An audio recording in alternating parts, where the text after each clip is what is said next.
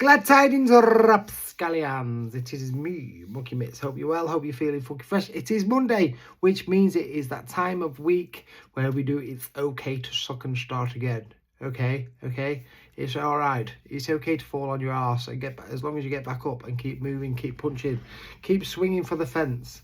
So it's episode 7. Can you believe it? That's 7 weeks I've been doing this. Now, obviously, I've been back home this weekend. I've been back to Yorkshire, and I wasn't going to do this video today because I'm feeling a little bit low after a bit of a weekend, busy weekend, travelling back to Yorkshire and back and coming back here, getting on the wrong bloody train from Stockport back to, so I ended up going on the wrong train and going one stop in another direction. Anyway, could have ended up in Crewe, which, well, I've never been to Crewe, so that would have been an experience. Anyway, it kind of ties in with everything that I talk about, isn't it? It's okay to suck and start again, and if you start Monday with a little bit of like that, and then you can kind of recover. Anywho, so we are on day 10 since I decided that what on earth is that on my wall? Since I decided that I was going to go back to Australia. So I've been twice previously, and I've decided that this time I'm going to document the journey, everything that I'm doing, and I appreciate that, like becoming a YouTuber or a content creator. Look, I could be talking to nobody for weeks and weeks and weeks, years. Maybe nobody will ever watch this video, but if they do, and they find something inspiring within it, then that's good. But from the past episodes, and I wasn't going to do a video today because, like I say, I was feeling a bit, but then that kind of sort of defeats the object of why I do these videos. And it makes me a hypocrite if I don't talk, I talk about consistency, I talk about getting back up, doing things that maybe, will help you move forward. And sometimes we don't feel like doing the things that we need to do to move forward. But even if we just make a little bit of an effort. So that's why I thought, well, do you know what I mean? I can't be a hypocrite and not do what I said I was going to do. And that's why I decided in the end that I'd probably be posting this a little bit later than I normally would. But again, I haven't really found the best time to post these videos, and essentially I do it on a Monday because it's the beginning of the week, and it might find somebody who is like, well, I feel a bit crap because it's Monday and I don't want to go to work and I don't want to do this. But they come home from work, they see this video and they go, oh, actually, I don't have to do what I've always done. Now, one thing that I realised by being on the train for a cumulative of probably about four hours or so, well, near enough, is how much I read when I'm on a train. There's no signal, so I can't really go on my phone. There's nowhere, most of the time I can never get a seat on the train when I'm going back home. It's always too busy. So I end up just stood there leaning against the wall reading my book because I can't get my laptop out, so I can't make any music on the train. I can't. So it's very easy to just stand there with a book. And you see most people around you, what are they doing? They're on the phones, aren't they? So it's the, it's the most common thing to do. And you think, well, so I sat there with a book that I've been meaning to read for absolutely ages, and it's called The Psychology of Money by Morgan Housel. I used to read so many self-help books back in the day, and it kind of made me think about a lot of things, like how, I even when I started doing this YouTube, originally started doing a YouTube channel, it was to teach people about cryptocurrency. And then I realised that people don't really understand basic financial literacy, and I understand that they don't really understand much about legacy banking, and the legacy financial system and all that, and fractional banking and all those things. So trying to teach something that is very, only I think 6% of the world have ever had or ever will have traded or do have at the moment. especially one with such a negative sort of media coverage over the years. But you know, I'm not really going to get into the sort of nitty gritty about cryptocurrency. I've never go, you should buy something, you should. I don't own any coins. I'm not in any affiliation with any projects.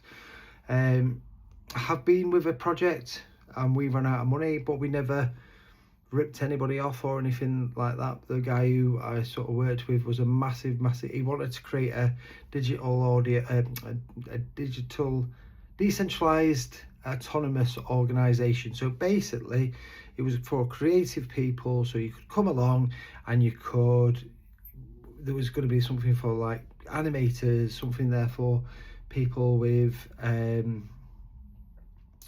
you know, wanted to make music. So there was going to be a sound library, there was going to be all, you know, video makers, people editing suites, all that kind of thing, and it was going to be totally free. It's just, you know, but we were going to, it had to have some form of real world use, you know, like real world assets, which is what we talk about a lot in cryptocurrency. Anyway, I'm not trying to talk you into buying cryptocurrency or a pump and dump, and I do understand a lot of people are very skeptical about it.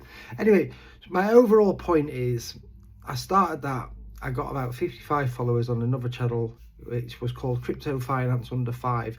So the whole idea was to do 5-minute videos or just under 5-minute videos that were very, very easy and simple to understand. And I was going to start with very, very small bits, and I was going to build it up to more complex things about, you know, sort of trading. But like I say, I didn't want to sort of lead people into a world. I've been in crypto for 5 years, and I'm not going to lie to you, I'm not rich. But it's because that I did get into crypto that I got into making content.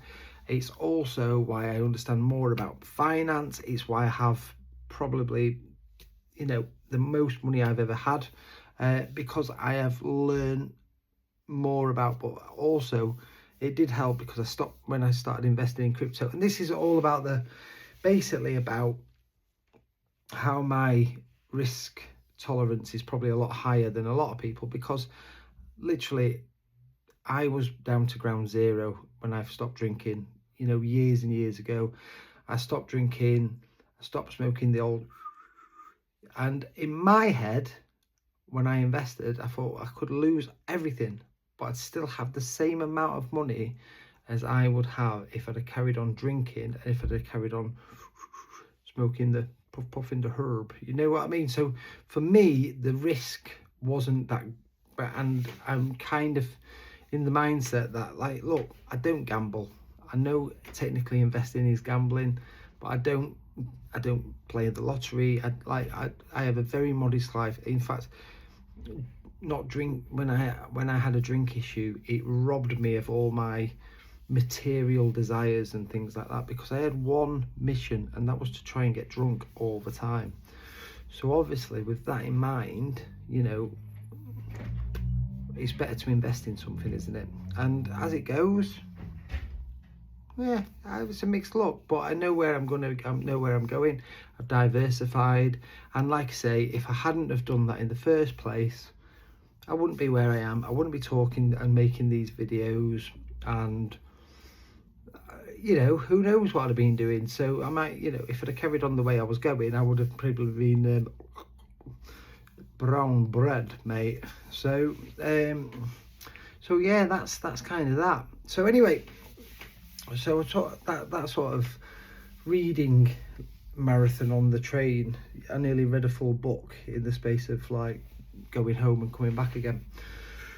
But it's made me think, like, what am I doing? Why am I wasting time? You know, sort of sitting and watching it. And I've got into, I think this is the thing now that I've, like, when I used to have the thrill of the chase, when I was absolutely flat broke, and I was when you've got no money and you kind of have to work out how, where's this rent coming from? Where's this next meal ticket coming through?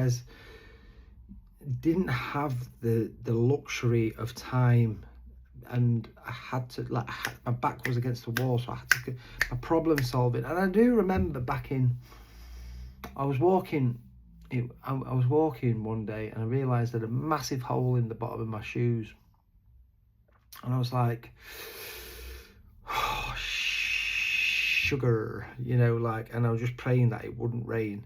I ended up like, I had to go and buy, I think like, I've got like a carrier bag, and I like put 2 socks on, and I've tucked the carrier bag in between 2 socks, so that like if it rained, one of my feet wouldn't get wet where this hole in my shoe was. So I have been, look, holes in my shoes, not being able to afford, not knowing where. Well, I could afford it. I just had to stop doing the things I was doing. But that's not how addictions work, I'm afraid to say. But overall, like, I'm in a much better place, but even far better than I could have ever imagined. But I'm straight down the line. I don't have a fancy car. I don't live in a fancy house. I don't go on fancy holidays. I don't have loads and loads of things. I always believed, even before the drink took hold, that experiences were more important than materials, and I still hold up that. And that's why I feel like I've got to this point now with the idea of going back to Australia, where I'm like, look, next year I'm 45, bang, that's it, 20 points wiped off your assessment, like your points assessment, when to go back to Australia. I've been back to my hometown this weekend. I've sat down with my parents and I've spoke to them about the fact that I'm looking at going back to live in Australia and everything. So they're very supportive. Gutted, upset, very sort of upset about it, because obviously I'm my mum's only son. I've lived away for quite a long time, and I'm not getting any younger, neither is she. But she also understands that I've got my life to live, and that I've got a lot of, I don't feel like I've got to play catch up. I think that's the wrong thing to say. I don't feel like I'm playing catch up, because I've done so many amazing things.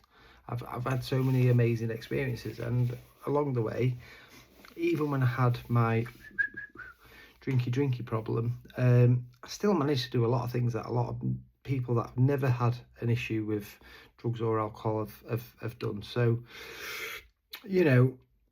I've still achieved things on a scale, and sometimes I feel like I've got complacent, and that kind of leads me to sort of like my sort of overall message today, which is complacency kills so many more dreams than actual failure. The fact that most people won't take the opportunity, because I can feel now, and I've gone through this sort of like thinking this last week or so. I'm in a really good position at the moment. I only work 4 days a week. I earn enough money. I don't really want for anything. I get to do all the things I enjoy doing, and that's one thing that like you ask them, you ask a man in a Ferrari, is he happy? He might be working ridiculous. Yeah, of course he's happy. Of course he's happy. He's got a Ferrari. What about Paul? He's got a Ferrari. Of course he's happy. Yeah, but is he? Like, does he have the time to really enjoy what he's earned and things like that? Is he not sort of working all, And it's very easy in this modern life that we can look. I mean, it's obviously to even if you lease a Ferrari, you've got to be on good money. But don't get me wrong, I'm not saying there's anything wrong with having a Ferrari. Like, if you can afford a Ferrari and you're driving around in a Ferrari and you're enjoying having your Ferrari, more power to you. I'm not one of these guys who knocks people down for, your life is your life. It's what you want to live and how you want to live it. As long as you're not hurting anybody else in the process.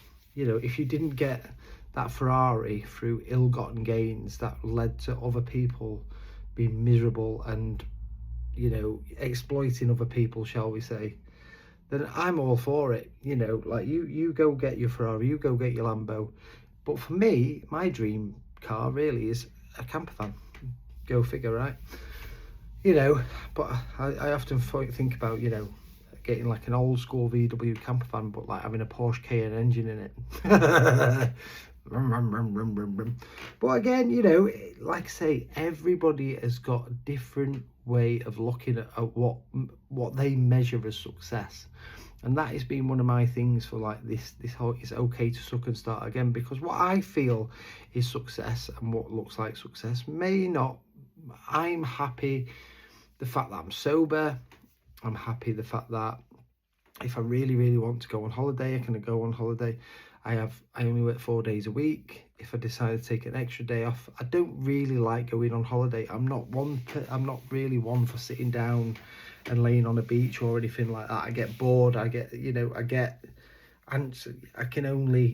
need to be doing something, and that's one of the things where I do feel like I am a culmination of every meme and self-help book that I've ever read, but the whole one thing that's always stays with me is the man who enjoys the journey will travel further than the person who enjoys the destination. And that's me. I've walked for 8-9 hours just to go somewhere and then come back, got stopped there, had a coffee, and then start walking back.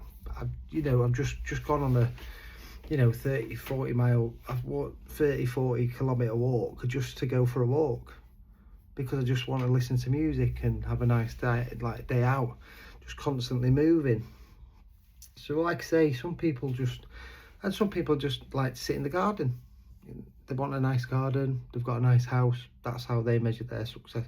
So everybody is got different plans and different, but the one thing I'm going to leave you with now is, if money was no object, what is that one thing that you would do? Like what do you like if you could do that one? You don't have to worry about anything. Like say you got like a magic, you've got a genie and you've got that one wish where money's no object, and you can do that one thing, that one burning desire that's inside of you, that one thing that you go, God, if I could just do that, if I could just, and and I don't mean like bringing people back that you've lost, or I mean like something that is possibly achievable, but you need a certain amount of money or a certain amount of like freedom. And I think we all kind of grow up with this sort of want to be a millionaire or a billionaire or whatever, but I think what we really, really want is the time. We want what that amount of money would afford us. And I think if you sit down and write down what that is, that one burning desire, maybe it's just to learn to play an instrument, maybe it's to chase a new career, maybe it's to go back and do a degree or something like that, something that you want to challenge yourself, but somewhere there's just that little stumbling block. Maybe it's time. And I think that's the one thing, if we can all agree on one thing, time is that currency that we all spend that we can never regain. And that's the burning thing for me. It's like time. You can always get money back while you've got time. But time, like I say, I'm 45 next year. And with me wanting to move to Australia, I am up against that clock. I am up. But that alone is driving me to work harder, because I know that I am running out of time. And I've faffed about and messed about, and I've deliberated and I've procrastinated and ruminated, all of those things about going back to Australia. And I feel like if I don't do it, that little voice in my head in 2 year, 3 year, 4 year, 5 year, 10 years time is going to be nagging away at me. Why didn't you do it? Why didn't you do it when you had the chance? Because I know how my brain constantly conspires against me. It'll self-sabotage, and that's the only thing at the moment is, like I said before, complacency. I'm busy at work. I make good money for the amount of hours I do. I live in a nice area. I'm very settled. I've got all the things that I need. But there's just that one little thing in me just thinking, if I don't do something now, I feel like I've lost my spark. I feel like I've lost my excitement. And I don't want you to feel exactly like that. So if you can think about it, between now and next Monday, what does that one thing, what's the little voice inside your head saying it wants you to do? And if it's telling you to do not very nice things, don't do that. You know, don't go on, you know, if it's telling you to, you know, be harmful, shall we say, don't do that. But on that note, we're over 20 minutes again, so I shall love you and leave you. Thank you very much for joining me. If you would, please hit subscribe and carry on with it. It's okay to suck and start again. Would love to see it. Would love to build this community. Like I say, at the moment, I'm just talking to myself. So if you have got to this point, you know, thank you. Thank you very much. Anyway, take care. Toodle pip. Goodbye.